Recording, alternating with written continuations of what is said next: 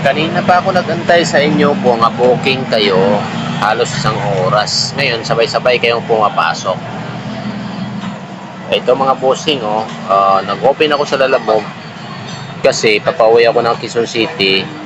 Nag-open ako, may pumapasok 159 to Quiapo. Then nandito ako sa ML Quezon, sa may Taguig. At then sabay din pumasok po itong booking natin sa Move It.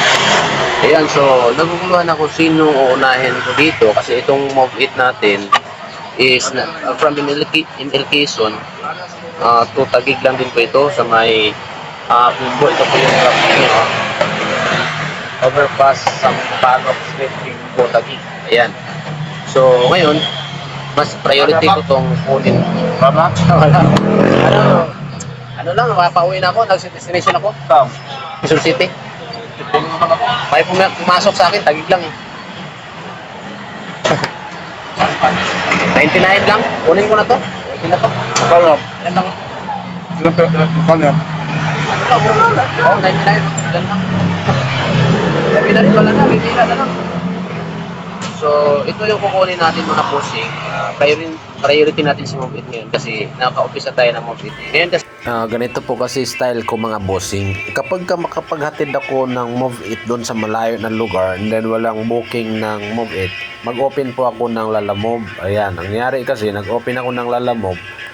May booking at kinonfirm ko, nakuha ko nga yung booking 159. Ngunit sabay naman po pumasok din yung Move It kasi nag-set destination tayo sa Move It, kaya kailangan natin i-cancel itong sa Lalamove para naman hindi din mag-antay yung customer ng Lalamove. Ayan, so ilagay na lang po natin dito yung take order by mistake kasi nagkamali naman talaga tayo. And then maglagay lang tayo ng reason kasi kailangan ng reason. Lagay natin dito out of way. Kasi mas priority natin si Move It kasi Move It naman talaga yung trabaho natin sa gabi. Sa araw lang naman tayo Lalamove. So yan. So na-cancel na po natin yung sa Lalamove natin. Kaya tuloy na po natin, kunin natin yung sa Move It. Okay, let's go!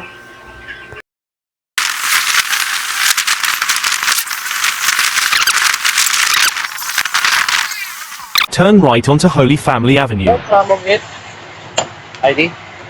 Diyan lang ako sa Block 14, Lot 7.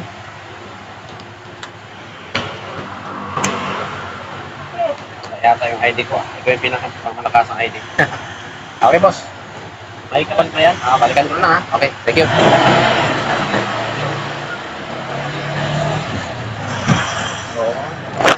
Dito. In 30 meters, turn left onto St. Paul Street. Dito. Kailangan kasi tapos maalis dapat.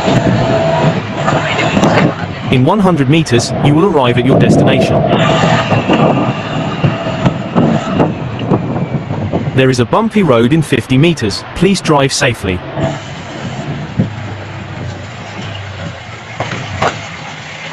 You have arrived at your destination.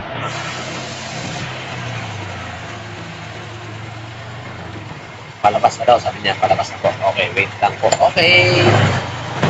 I've been waiting for you. Okay, so antayin lang natin dito. Okay, sabihin natin, okay po.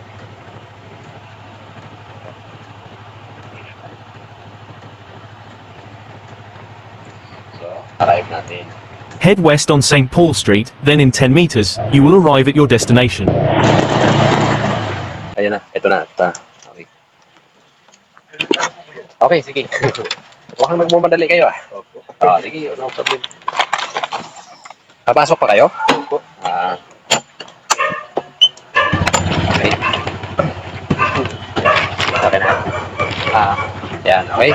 Okay, boss? Okay na po. Okay, let's go. Ang laking aso dito ah. Huwag na ako bait. Yan, so.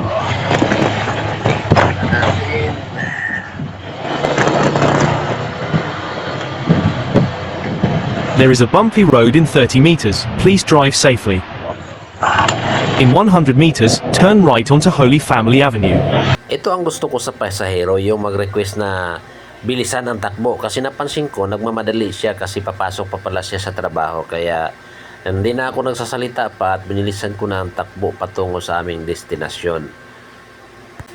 Mas mainam naman talaga na malalaman mo yung gusto ng pasahero kasi minsan kapag yung ibang pasahero pala ayaw na mabilis yung takbo mo, yan ang dahilan na magre-rate sila ng 1 star, bababa po yung ratings mo.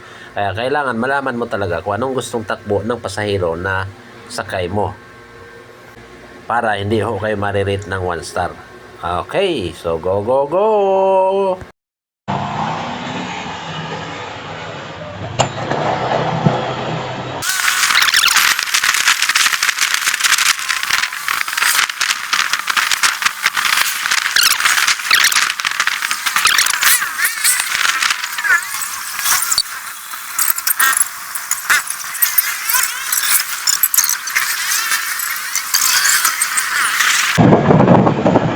In 100 meters, keep left at the fork.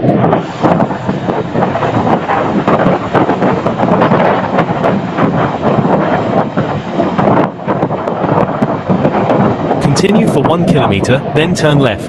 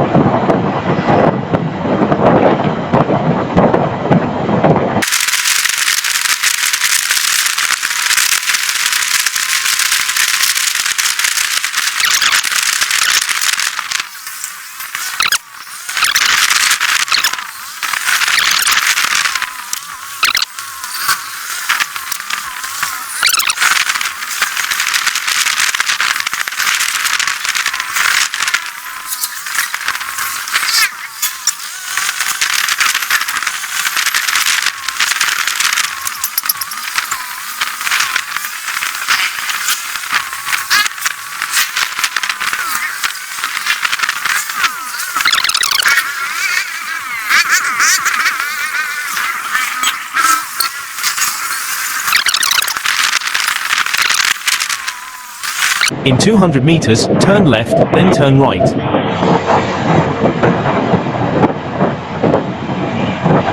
In 90 meters, turn left. Turn right onto Carlos P. Garcia Avenue. Continue for 1 kilometer, then keep right at the fork towards Global City, Makati.